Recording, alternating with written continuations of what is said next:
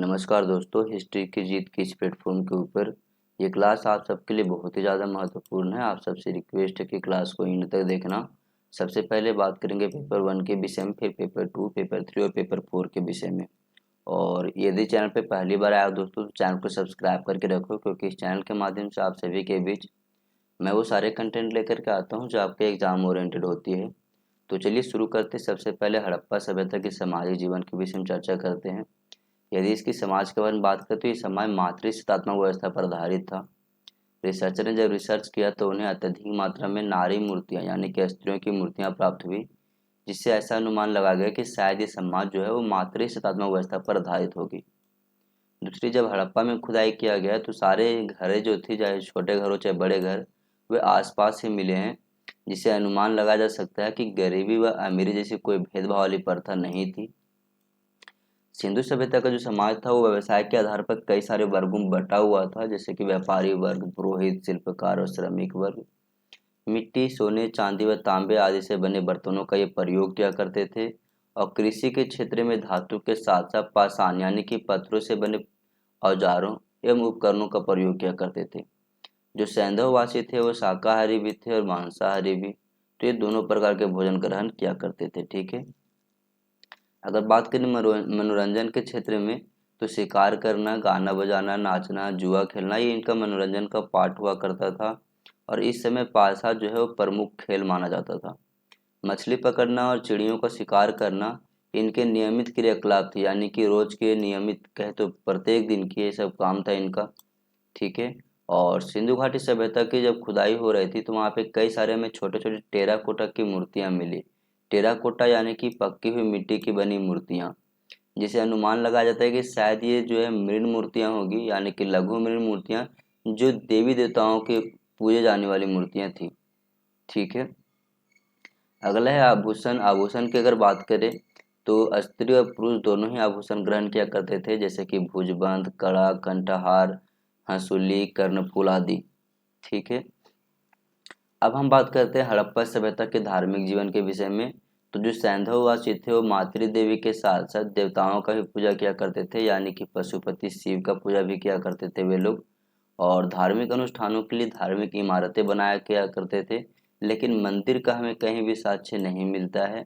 और ये जो है बलि भी दिया करते थे देवी देवताओं को। ठीक है। और दूसरी बात दोस्तों कि मोहनजोदड़ो से हमें जो है पशुपति शिव की मूर्ति मिली है। और ये पशुपति शिव के साथ साथ वृक्ष, लिंग, योनि, पशु आदि कई सारे देवताओं का ये पूजा किया करते थे, जिसमें सबसे ज़्यादा जो प्रचलन में था उस समय वो है वृक्ष पूजा, पेड़ पौधे की पूजा। ठीक है। दोस्तों ये लोग जो है वो जादू टोना, भूत प्रेत और अंधविश्वास पर भी ज़्यादा विश्वास किया करते थे। और हड़प्पा वासियों के बारे में अगर और भी चीज़ें अगर बात करें, तो हड़प्पा में जब उत्खनन कार्य किया गया तो वहाँ पे पक्की हुई मिट्टी के नारी मूर्तियाँ जो मिली है, उसमें से एक ऐसी मूर्ति प्राप्त हुई है जहाँ पे उसके गर्भ से एक पौधा निकल रहा था। इससे यह अनुमान लगाया जा सकता है कि शायद ये धरती माता होंगी, यानी कि उर्वरता की देवी मानी गई है। ठीक है। और इस काल में पशु पूजा भी प्रचलन में था, जैसे कि एक सिंग वाला गैंडा, कुब्बड़ वाला वृषभ जिसे सांड कहा गया है।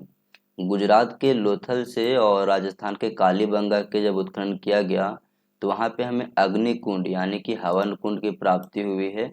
और स्वास्तिक चिन्ह जो है शायद माना जाता है कि ये हड़प्पा वासियों का ही देन है। जो हिंदू धर्म में जो प्रचलन होती है स्वास्तिक चिन्ह, ये वो वाली चीजें। ठीक है। आगे हम बात करते हैं अब दोस्तों वैदिक सभ्यता के बारे में। तो वैदिक समाज दो तरीके से बटा हुआ है, पहला प्रारंभिक वैदिक समाज, दूसरा उत्तर वैदिक समाज।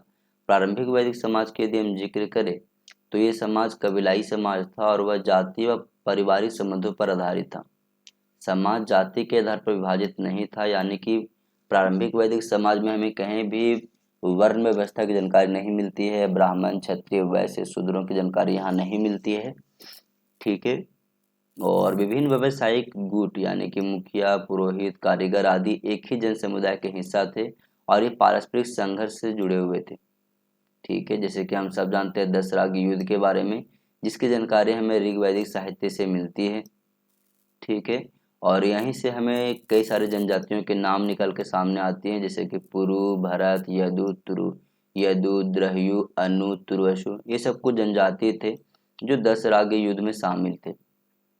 ये युद्ध जो बेसिकली हुआ करती थी वो पशुओं की चोरी को लेकर के हुआ करती थी, ठीक है। और जन का जो मुखिया हुआ करता था उनको राजा या फिर गोपति कहा जाता था। ये जो थे वो युद्ध के नेता व जन के रक्षक हुआ करते थे और इनका चुनाव प्रतिनिधियों के द्वारा किया जाता था, ठीक है, जिसमें स्त्री और पुरुष दोनों शामिल हुआ करते थे चुनाव करने के लिए। योद्धा जो कि रक्षक जो थे युद्धों में लड़ाई किया करते थे, ठीक है, उनको राजन्य कहा गया है। और जो परिवार का सबसे बड़ा पुरुष हुआ करता था यानी कि परिवार का मुखिया, उसे कुल्प कहा गया है, ठीक है। वैदिक समाज में ये चीजें देखने को मिला है हमें कि यहाँ के जो समाज थे वो पितृ व्यवस्था पर आधारित था, ठीक है। अब भले ही ये समाज पितृ व्यवस्था पर आधारित थी, लेकिन यहाँ पर भी महिलाओं की स्थितियाँ बहुत ही अच्छी थी। महिलाएं शिक्षित भी थी, महिलाएं चुनाव में भाग भी लेती थी, महिलाओं को विवाह करने का अधिकार जो है अपने ऊपर छोड़ दिया गया था, यानी कि वो पति का चुनाव खुद से भी कर सकती थी, ठीक है।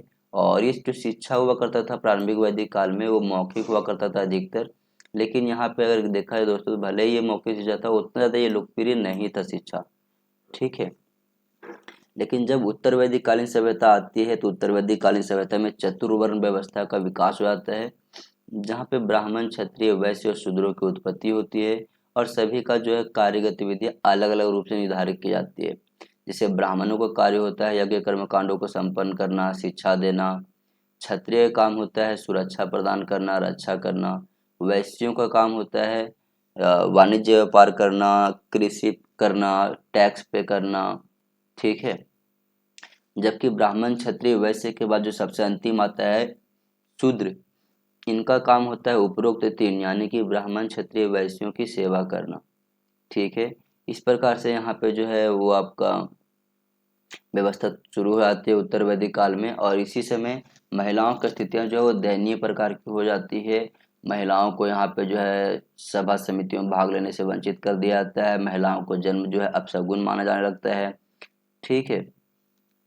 और जो नीचे जाति के थे यानी कि जो दास जिसे कहा गया यानी कि दस्यु जो कहा गया, उन्हें कई सारे नामों से पुकारा जाने लगा, जैसे दासों को काला, मोटा होठ वाला, चपटी नाक वाला, लिंग पूजक और अशिष्ट भाषा वाला कह करके उन्हें वर्णन किया गया है, ठीक है। साथ ही साथ जो ब्राह्मण, क्षत्रिय जो मतलब उच्च कुल के व्यक्ति थे वे अपने लिए सुरक्षित दीवारें बनाना शुरू कर दिए थे इस समय। और वो उनके पास जो है वो अत्यधिक मात्रा में गायें हुआ करती थी, यानी कि पशुधन के वो संपत्ति बहुत ज़्यादा अर्जन किया करते थे, ठीक है। अब हम बात करते हैं मौर्य समाज के बारे में। तो मौर्य समाज की जानकारी हमारे पास जो है कौटिल्य के अर्थशास्त्र और मेगास्थनीज के इंडिका से मिलती है। तो मौर्य काल का सामाजिक जीवन कौटिल्य के अनुसार वर्णाश्रम व्यवस्था पर आधारित था। कौटिल्य ने वर्णाश्रम व्यवस्था के महत्व को स्पष्ट करते हुए इसकी रक्षा को राजा के कर्तव्यों से जोड़ा है और उन्हें ब्राह्मण, क्षत्रिय, वैश्य और शूद्रों के कार्यों को अलग अलग रूप से निर्धारित किया है। कौटिल्य ने शूद्रों को भी आर्य कहा है और उसके अनुसार शूद्र का कार्य जो है शिल्प, व्यापार, कृषि और पशुपालन भी हो सकता है। अभी हम देखें कि वो जो उत्तर वैदिक काल था जहाँ पे हम लोग देखे ब्राह्मण, क्षत्रिय, वैश्य और शूद्रों का अलग अलग कार्य निर्धारित किया गया था, लेकिन यहाँ पे शूद्रों का कार्य जो है वो उच्च वर्ग के सेवा करने के साथ साथ कृषि, वाणिज्य, व्यापार को अपनाने का भी अधिकार दे दिया गया था मौर्यों के समय में, ठीक है। और जो ब्राह्मण वर्ग थे वो शिक्षित शिक्षा का कार्य किया करते थे, यानी कि शिक्षा देना, यज्ञ कार्य को संपन्न करना, ठीक है। वैसा कि कहे तो वेदों का ये पाठन किया करते थे, यानी कि वेदों को पढ़ते थे। और इसे जो है जो दान दिया था उस दान को ब्रह्मदेव कहा गया है, ठीक है। अर्थशास्त्र में कुछ वर्ण संकर जातियां मिली हैं हमें, जैसे कि अम्बष्ट, निषाद, पारसु, रथकार, छत्र, वैदेहक, मागध जैसे, ठीक है। और इनकी उत्पत्ति विभिन्न कई सारे वर्गों के अनुलोम और प्रतिलोम विवाद से बताई जाती है। और इनमें चंडालों को छोड़कर अगर कहा जाए दोस्तों तो शेष सभी वर्ण संकर जातियों को शूद्र जाति के पाठ में रखा गया है, ठीक है। आगे बात करें मेगास्थनीज के इंडिका के अकॉर्डिंग, तो मेगास्थनी ने भारतीय सामाजिक व्यवस्था को 7 जातियों में विभाजित किया था, जिसमें से पहला जाति था दार्शनिक, दूसरा था किसान, तीसरा शिकारी व पशुपालक, चौथा शिल्पी और कारीगर, पांचवा योद्धा, छठा निरीक्षक और गुप्तचर, सातवां अमात्य या फिर सभासद जिसे पार्षद या सलाहकार कहा गया है, ठीक है। और इस दौरान अधिकतर जो लोग थे वो व्यावसायिक कार्य जो है कृषि को अपनाए हुए थे, है ना। अब हम आगे बात करते हैं गुप्त समाज के विषय में। यदि हम गुप्त समाज की बात करें तो गुप्तकालीन भारतीय इतिहास का एक महत्वपूर्ण समय माना जाता है।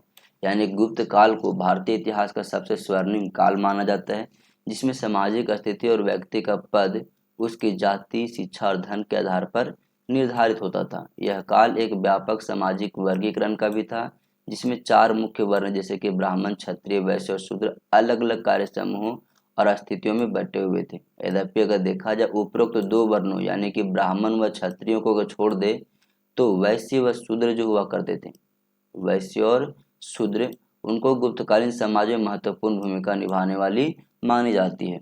ठीक है। जैसे अगर वैश्यों की बात करें तो वैश्य वर्ण का प्रमुख व्यवसाय कृषि और व्यापार था। धर्मशास्त्रों में इनके कर्तव्य जो है वो अध्ययन, यजन, दान, कृषि, पशुपालन, वाणिज्य बताया गया है। और गुप्त युग में इन्हें वणिक, श्रेष्ठी या फिर कहे तो सार्थवा भी कहा गया है। ऐसे भी उदाहरण मिलते हैं हमें जहाँ पे वैश्य वर्णों के लोगों को क्षत्रिय कर्म करते हुए दिखाया गया है। यानी कि यहाँ पे गुप्तों के समाज में ब्राह्मण, क्षत्रिय, वैश्य, भले ये चतुर्वर्ण व्यवस्था थी लेकिन सब जो है एक दूसरे कार्यों में संलिप्त थे। और वे ब्राह्मण जो हैं वो निचले गतिविधियों को भी अपनाते थे, यानी कि ब्राह्मण जो है वो वाणिज्य व्यापार भी क्या करते थे। और वहीं अगर शूद्र कहें तो शूद्र जो है वो ब्राह्मण का कार्य भी क्या करते थे, क्षत्रिय का कार्य भी क्या करते थे। तो यहाँ पे सारा सम्मिलन होना शुरू हो जाता है दोस्तों। ठीक है। तो गुप्त युग में इन्हें वणिक, श्रेष्ठी और सार्थवा भी कहा गया है। और ऐसे उदाहरण मिलते हैं जहाँ पे वैश्य वर्ण के लोगों को क्षत्रिय कर्म करते हुए दिखाया गया है। वैश्य जो है वो राजकीय कार्य भी क्या करते थे। और कई स्मृतियों में यहाँ भी कहा गया है कि ब्राह्मणों व क्षत्रियों की सेवा करने भी वैश्यों का कर्तव्य होगा। वास्तव में वैश्यों का कार्य क्षेत्र बहुत ज़्यादा विस्तृत हो चुका था इस समय, और इसमें विभिन्न व्यवसाय वाले लोग शामिल थे जैसे कि कृषक, व्यापारी, लोहार, सुनार, बढ़ई, तेली, सूत काटने वाले, बुनकर, पशुपालक आदि। जबकि शूद्रों की अगर बात करें तो अंतिम वर्ण शूद्रों का ही था। और साधारणतः ये माना जाता है कि शूद्रों का कार्य द्विज वर्ण यानी कि ब्राह्मण, क्षत्रिय, वैश्यों की सेवा करना हुआ करता था। याज्ञवल्क्य स्मृति में ये कहा गया है कि शूद्र व्यापारी, कृषि और कारीगर भी हो सकता था। यानी कि शूद्र वर्ग जो है वो उच्च वर्ग के वर्णों की जो भी व्यापारिक गतिविधियां थे उसे भी अपना सकते थे। उनकी जो निर्धारित की गई थी गतिविधियां उसको भी अपना सकते थे। स्पष्टतः ये बताया जाता है दोस्तों कि गुप्तकालीन शूद्र खेती व्यवसाय भी कर सकते थे। प्रशासनिक गतिविधियों में भी उनकी साझेदारी होती थी। और शूद्रों की स्थिति मौर्य काल की अपेक्षा अगर देखा जाए तो यहाँ पे अच्छा था, यानी कि संतोषजनक लगने लगा था।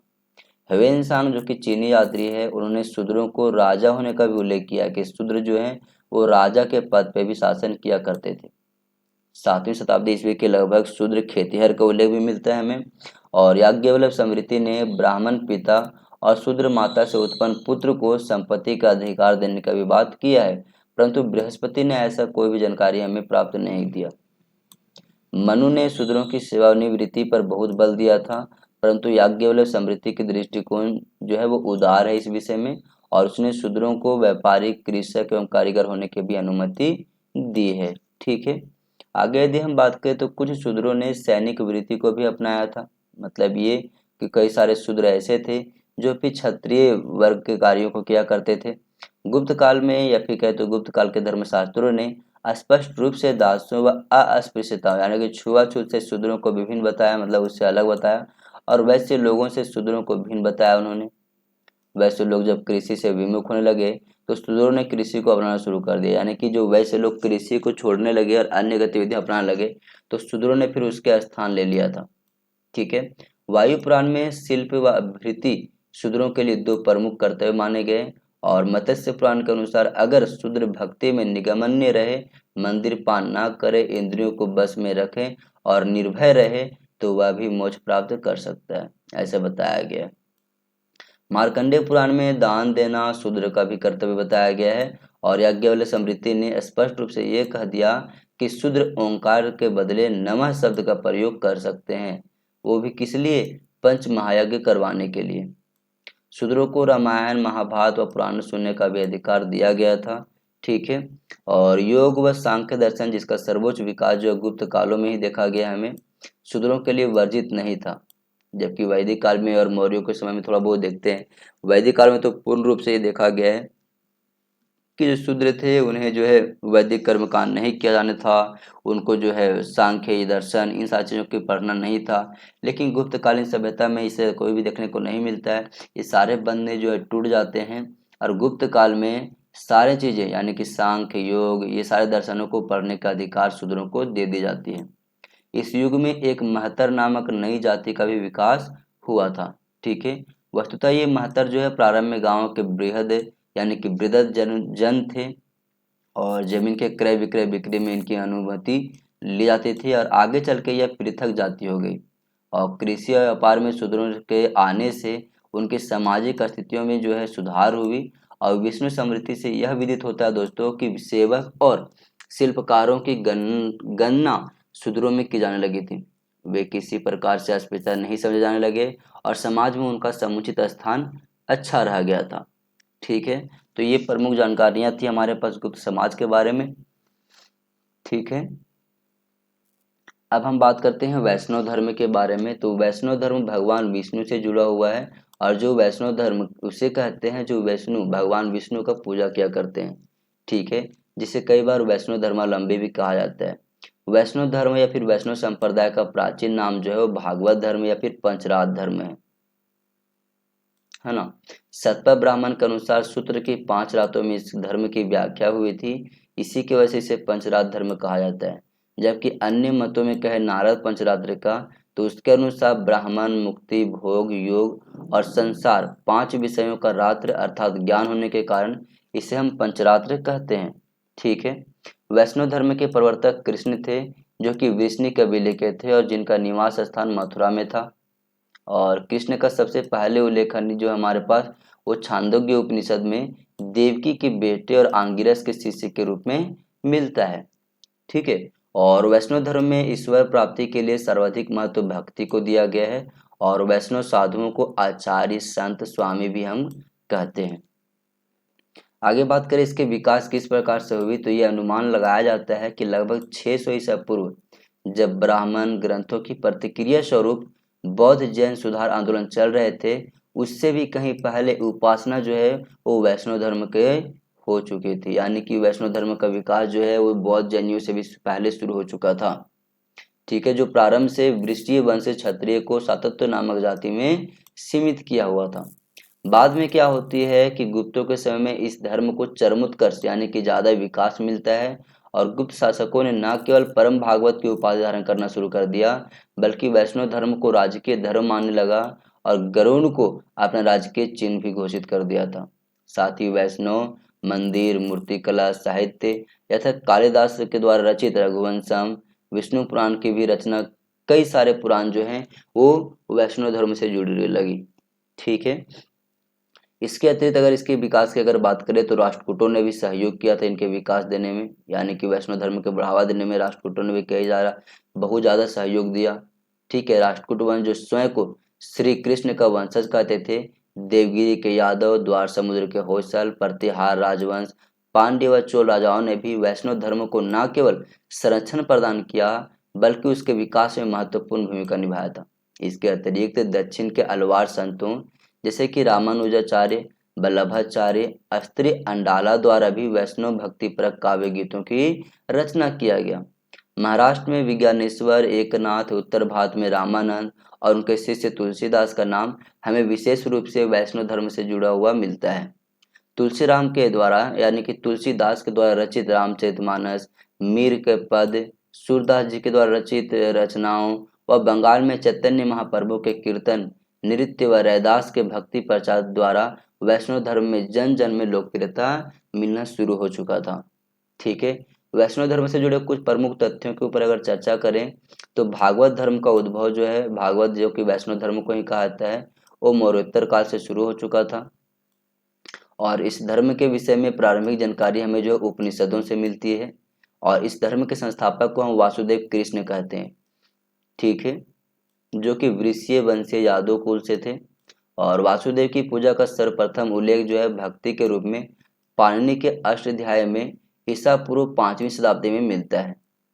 ठीक है, और छांदोग्य उपनिषद में श्री कृष्ण का उल्लेख सर्वप्रथम में मिलती है और इसमें कृष्ण को देवकी पुत्र व ऋषि औरंग ऋषि, यानी कि वहाँ पे उन्हें जो है ना छांदोग्य उपनिषद में श्री कृष्ण का उल्लेख पहली बार मिलता है और उन्हें कृष्ण को देवकी पुत्र व ऋषि औरंगिरस का शिष्य बताया गया है। ब्राह्मण धर्म के जटिल कर्म कांडों एवं यज्ञ व्यवस्था के विरुद्ध प्रतिक्रिया स्वरूप उदय होने वाला यह पहला संप्रदाय जो माना जाता है। ठीक है। और वासुदेव कृष्ण के भक्त या फिर उपासक जो हैं वो भागवत कहे जाते हैं। एक मानवीय नायक के रूप में वासुदेव के दैवीकरण का सबसे प्राचीन यानी कि सर्वप्रथम उल्लेख जो है हमें वो पाणिनि के अष्टाध्याय से मिलता है। अब हम बात करते हैं दोस्तों बौद्ध धर्म के बारे में। यदि बौद्ध धर्म के बारे में बात करें तो 6ठी शताब्दी ईसा पूर्व का काल एक बौद्धिक व आध्यात्मिक क्रांति का काल था। इस समय परंपरागत वैदिक धर्म व समाज में व्याप्त कुरीतियों, पाखंडों, कुप्रथाओं, छुआछूत एवं उच्च नीच आदि के विरुद्ध जन आंदोलन शुरू हो चुका था। ठीक है। और इसका जो मुख्य प्रणेता थे वो थे महात्मा बुद्ध। महात्मा बुद्ध जो हैं वो बौद्ध धर्म के प्रवर्तक माने जाते हैं, जिनके व्यक्तित्व व कृतियों का न केवल भारतीयों में बल्कि भारत के बाहर भी व्यापक प्रचार प्रसार हुआ था। महात्मा बुद्ध के बचपन के अगर नाम देखें तो सिद्धार्थ है और वे अत्यंत एकांत प्रिय व चिंतनशील व्यक्ति थे। उनका बाल्यावस्था में पालन पोषण उनकी विमता और उनकी माता जो है जब माता का मृत्यु आता है इनका जन्म देने के साथ ही तो उनकी मौसी प्रजापति गौतमी के द्वारा इनका जो है पालन पोषण किया जाता है। और कम उम्र में ही यानी कि 18 वर्ष की आयु में उनकी विवाह कर दी जाती है यशोधरा के साथ और उनसे एक पुत्र का जन्म होता है जिसे रत्न प्यार से कहा जाता है। ठीक है। वे प्रतिदिन संसारिक मायाजाल में फंसते जा रहे थे और इसी बीच संयोगवश उन्हें एक ऐसा चीज दिखाई दिया कि मत पूछो, जैसे कि एक वृद्ध व्यक्ति, एक रोगी व्यक्ति और एक मृत व्यक्ति और एक साधु व्यक्ति। और यहीं से वे सांसारिक मोह छोड़ करके अपने राजसी ठाट बाट का त्याग करके नगर से बाहर चले गए और उनके गृह परित्याग की यह घटना को हम महाभिनिष्क्रमण कहते हैं। तो जब वो गृह त्याग कर रहे थे तो उस शब्द को हम लोग क्या कहते हैं तो महाभिनिष्क्रमण कहते हैं। और इसके बाद उन्होंने सत्य व ज्ञान की तलाश में आलार व उद्दक नाम के 2 ऋषियों से मुलाकात किया, परंतु उन्हें शांति नहीं मिली वहां पर भी और वे उरेवला नामक जगह पर निरंजना नदी के तट पर अपने 5 साथियों सहित कठोर तप में लीन हो गए। इससे भी ज्ञान प्राप्त नहीं हुआ तो वे तपस्या का मार्ग छोड़ने के बाद अपने 5 साथियों के बिना ही मतलब कि अकेले ही नगर से बाहर चले गए और कुछ समय के बाद उन्हें ज्ञान की प्राप्ति हुई और वे बुद्ध कहलाए और इसे हम संबोधि भी कहते हैं। ठीक है, ज्ञान की प्राप्ति को। और इस तरह से 35 वर्ष की आयु में बुद्धत्व की प्राप्ति हुई जिस वृक्ष के नीचे उन्हें बुद्धत्व की प्राप्ति हुई थी हम उसे बोधि वृक्ष कहते हैं जो कि गया में है। ठीक है ना। इसके पश्चात जो है बौद्ध धर्म का प्रचार प्रसार करना शुरू कर देते हैं और अपने बुद्धत्व के पश्चात गौतम बुद्ध ने सारनाथ में अपने 5 भिक्षु साथियों के द्वारा पहली बार जो है पहला उपदेश देना शुरू किए, जो कि 5 शिष्य भारतीय इतिहास में पंचवर्गीय नाम से जाने गए। धीरे धीरे उनके शिष्यों की संख्या 30 पर पहुंच गई थी और गौतम बुद्ध ने एक संघ का निर्माण भी कर लिया था और धीरे धीरे इस संघ की प्रतिष्ठा बढ़ने लगी और संघ में प्रवेश करने वाले व्यक्ति की यह शपथ अनिवार्य कर दिया गया कि मैं बुद्ध धर्म और संघ की शरण में जाता हूँ। और बौद्ध धर्म के प्रचार के लिए महात्मा बुद्ध कपिल वस्तु भी गए थे और अपने पुत्र राहुल को और भाई नंद को भी संघ की शरण में ले लिया था। इसके साथ साथ उन्होंने अपने शिष्य आनंद को विशेष अनुग्रह पर अपनी विमाता प्रजापति गौतमी जो कि उनकी मौसी थी उनको भी संघ में सम्मिलित किया था। तत्पश्चात महात्मा बुद्ध ने उत्तर प्रदेश, बिहार, नेपाल में अपने जीवन के शेष 45 वर्ष का प्रचार प्रसार शुरू किया और अंततः 80 वर्ष की आयु में उनका जो है 483 ईसा पूर्व में कुशीनगर में महात्मा बुद्ध का मृत्यु हो जाता है, जिसे भारतीय इतिहास में महापरिनिर्वाण के रूप में हम जानते हैं। ठीक है। आगे यदि हम बात करें दोस्तों भक्ति आंदोलन के विषय में तो देखो यहाँ पे 2 तरीके से प्रश्न बनती है। पहला कि मध्यकालीन भारत में भक्ति आंदोलन के कारणों का वर्णन करें या फिर मध्यकालीन भारत में भक्ति आंदोलन के प्रभावों का परीक्षण करें। तो इस प्रकार से प्रश्न बनती है यहाँ से। तो यदि मध्यकालीन भारत में भक्ति आंदोलन के विषय में चर्चा करें दोस्तों तो मध्यकाल में कई धार्मिक विचारकों और सुधारकों ने भारत के सामाजिक धार्मिक जीवन में सुधार लाने के उद्देश्यों से भक्ति को साधन बना करके एक आंदोलन प्रारंभ किया जो कि भक्ति आंदोलन के नाम से प्रसिद्ध हुआ। ठीक है। यद्यपि अगर देखा जाए तो भारतीय जनजीवन के लिए यह आंदोलन नया नहीं था। यद्यपि अगर देखा गया यहाँ पे ये कि इस्लाम की उपस्थिति से इसमें थोड़ी सी तेजी मिली और यह आंदोलन में परिणत हो गया था। यानी कि मध्यकालीन भारत में जब मुसलमानों यानी कि मुस्लिम इन्वेजन हुई, आक्रमण हुई, तो इनमें थोड़ा सा ज़्यादा तीव्रता प्राप्त हुआ इन्हें। ठीक है, और जनजीवन में इसने एक नवीन शक्ति व गतिशीलता का संचार किया। और दूसरी बात ये है कि रामानुजाचार्य, निम्बकाचार्य, माधवाचार्य ने दक्षिण भारत में व वल्लभाचार्य, कबीर, नानक, चैतन्य, नामदेव, मीरा आदि ने उत्तर भारत में भक्ति आंदोलन का संचालन किया था। इन संतों के सतत प्रयासों के परिणाम स्वरूप देखते ही देखते सल्तनत कालीन व्यवस्था में संपूर्ण भारत में भक्ति आंदोलन फैल गया और इस आंदोलन के अनुयायियों की संख्या भारी में मतलब कि बहुत ज़्यादा संख्या में इनकी वृद्धि हुई और एक नवीन जीवन और विचारधारा का क्रमिक संचार होना शुरू हो गया था। अब यदि हम इसके कारणों के ऊपर चर्चा करें कि इसके पीछे के क्या प्रमुख कारण थे, तो पहला कारण माना जाता है मुस्लिम शासकों के बर्बर शासन में कुंठित एवं उनके अत्याचारों से त्रस्त हिंदू जनता ने ईश्वर की शरण में अपने को अधिक सुरक्षित महसूस करना शुरू कर दिया और भक्ति मार्ग अपनाना शुरू कर दिया। दूसरी बात कि हिंदू व मुस्लिम जनता में या फिर हिंदू और मुस्लिम जनता के आपस में सामाजिक एवं सांस्कृतिक संपर्क से दोनों के मध्य सद्भाव, सहानुभूति एवं सहयोग की भावना का विकास हुआ और इस कारण से भी भक्ति आंदोलन के विकास में सहयोग मिला। तीसरी बात यह कि सूफी संतों की उदार एवं सहिष्णुता की भावना तथा केशववाद में उनके प्रबल निष्ठों ने हिंदुओं को प्रभावित किया और जिस कारण से हिंदू इस्लाम के सिद्धांतों में या सिद्धांतों के निकट संपर्क में आ गए थे। ठीक है, अगला बात करें तो हिंदुओं ने सूफियों की तरह अकेश्वरवाद में विश्वास करते हुए उच्च नीच एवं जात पात का विरोध किया और शंकराचार्य का ज्ञान मार्ग व अद्वैत अब एक मिनट हिंदुओं ने सूफियों की तरह अकेश्वरवाद में विश्वास करते हुए उच्च नीच एवं जात पात का विरोध किया और शंकराचार्य का ज्ञान मार्ग व अद्वैतवाद अब साधारण जनता के लिए बोधगम्य नहीं रह गया था। अगला बात ये दोस्तों कि मुस्लिम शासकों के द्वारा मूर्तियों को नष्ट किया जाना एवं पवित्र कर देने के कारण बिना मूर्ति एवं मंदिर के ईश्वर की आराधना के प्रति लोगों का सुझाव और झुकाव बढ़ा, जिसके लिए उन्होंने भक्ति मार्ग को अपनाना शुरू कर दिया। ठीक है, तत्कालीन कारण अगर देखा जाए उस समय के लिए तो तत्कालीन कारण ये था कि भारतीय समाज की शोषणकारी वर्ण व्यवस्था के कारण निचले वर्गों की स्थिति अत्यंत दयनीय हो गई थी। भक्ति संतों के द्वारा दिए गए सामाजिक सौहार्द व सद्भाव के संदेश ने लोगों को प्रभावित किया और ये भक्ति आंदोलन की तरफ दौड़ उठे। ठीक है, भक्ति व धार्मिक आंदोलन का सूत्रपात जो दक्षिण में 8वीं सदी के महान दार्शनिक शंकराचार्य के उदय के साथ हुआ और जिन्होंने विशुद्ध अद्वैतवाद का प्रचार किया।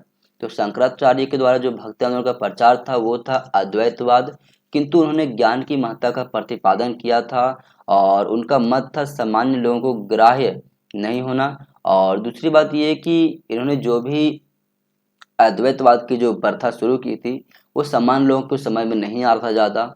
ठीक है, और हिंदू धर्म को व्यापक आधार प्रदान करने के उद्देश्य से मध्यकाल में अनेक धार्मिक सुधारों का आविर्भाव यानी कि ज़्यादा विकास होना शुरू हो गया, जिन्होंने मोक्ष प्राप्ति के लिए भक्ति का पर बल दिया।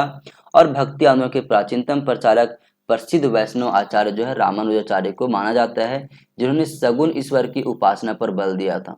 रामानुजाचार्य के अतिरिक्त दक्षिण के अन्य प्रमुख धर्म सुधारक निम्बाकाचार्य, माधवाचार्य तथा वल्लभाचार्य माने जाते हैं।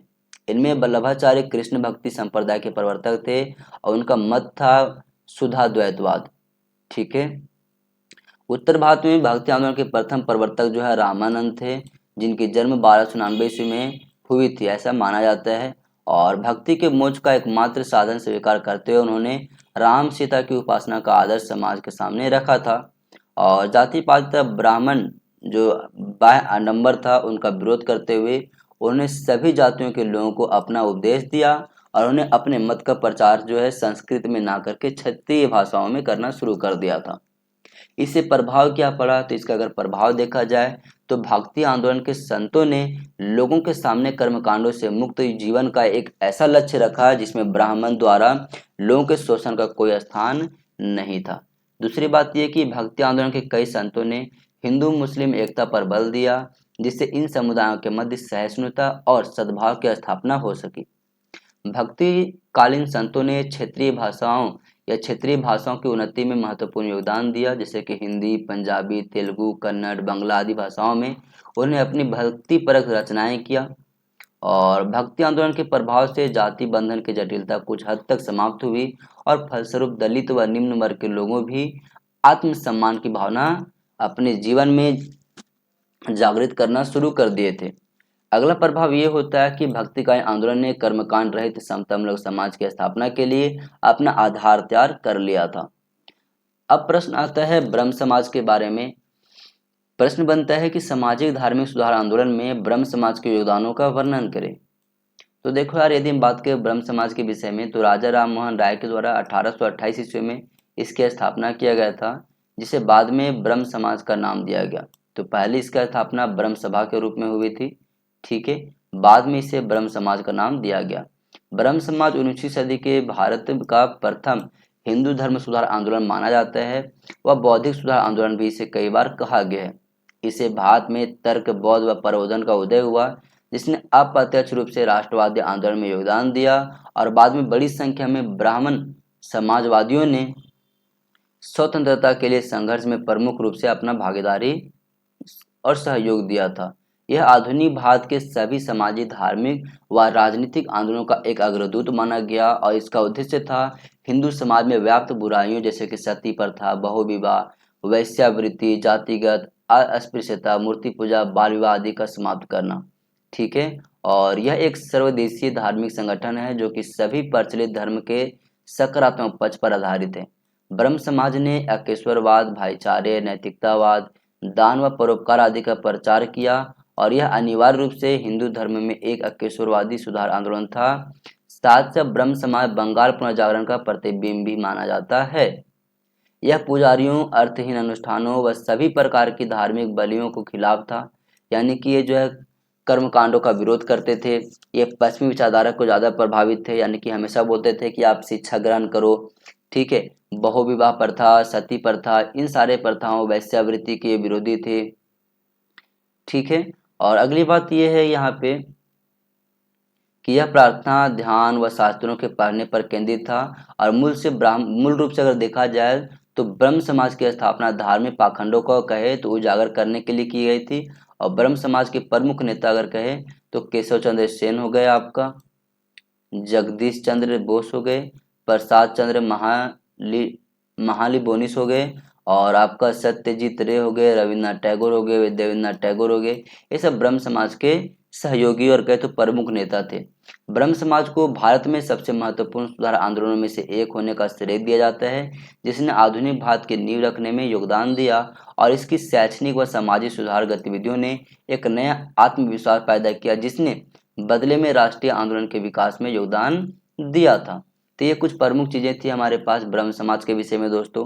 तो इस प्रकार से कुछ प्रमुख टॉपिक आपकी जो है पेपर 1 की कंप्लीट होती है। और एक और टॉपिक है आपकी जो हम पहले ही क्लास करवा चुके, 1 घंटा का वीडियो है आपका पेपर 1 का ही सेमेस्टर 2 का, आप लोग उससे भी वॉच कीजिएगा। प्लेलिस्ट जाकर जरूर विजिट कीजिए, प्लेलिस्ट में आपको वो टॉपिक मिल जाएगा। 1 घंटे का वो क्लास है और ये क्लास, ये दोनों क्लास आप कंप्लीट देख लेते हैं तो इससे एक्स्ट्रा आपके एग्जाम में कुछ भी नहीं पूछी जाएगी दोस्तों, ठीक है।